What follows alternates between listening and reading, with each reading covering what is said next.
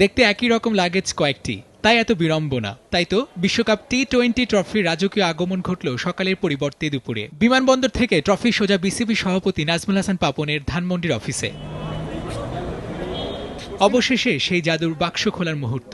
রীতিমতো তালা খুলে ট্রফি উঠল বোর্ড সভাপতি নাজমুল হাসান পাপনের হাতে। পরে এক সংবাদ সম্মেলনে পাপন স্বীকার করলেন টি-20 ফরম্যাটে টেকনিকে বাংলাদেশের ঘাটতির কথা, এজন্য মাশরাফিদের দিতে হবে সময়। তবে বোর্ড সভাপতির কাছে প্রশ্ন ছিল, এই স্বপ্নীল ট্রফি জয়ের জন্য টাইগারদের কি করতে হবে? ওডিআইতে বাংলাদেশে আমাদেরকে এসে হারানো কঠিন যে কোনো দলের, সে যত বড় শক্তিশালী দল হোক না কেন। কিন্তু টেস্ট এবং টি-20 এই দুটোতে কিন্তু আমরা অনেক পিছনে পড়ে আছি। টি-20টা এখন পর্যন্ত আমার ধারণা আমরা রপ্তই করতে পারিনি। এটা যে টেকনিক্স, এই টেকনিক্সগুলো আমরা জানি না। বিসিবি সভাপতির অফিস থেকে দর্শকদের প্রদর্শনের জন্য ট্রফি রাখা হয় রাজধানীর বসুন্ধরা সিটি শপিং মলে। স্বপ্নের ট্রফি কাছ থেকে দেখতে মুহূর্তেই শত শত দর্শক হাজির। কাঙ্ক্ষিত ট্রফি দেখে চোখ জুড়িয়েছেন ভক্ত সমর্থকরা। স্বচক্ষে বিশ্বকাপ টি-20 ট্রফি দেখতে পাওয়া কেমন অনুভূতি বাংলার ক্রিকেট প্রেমীদের? ওয়ান কাইন্ড অফ সারপ্রাইজ ছিল, কারণ আজকে যে এখানে আসবে এটা আমি জানতাম না।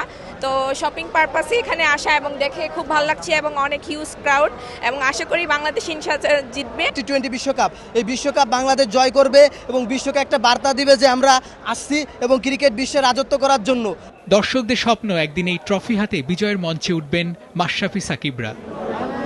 রাহিদ রনি, সময় সংবাদ, ঢাকা।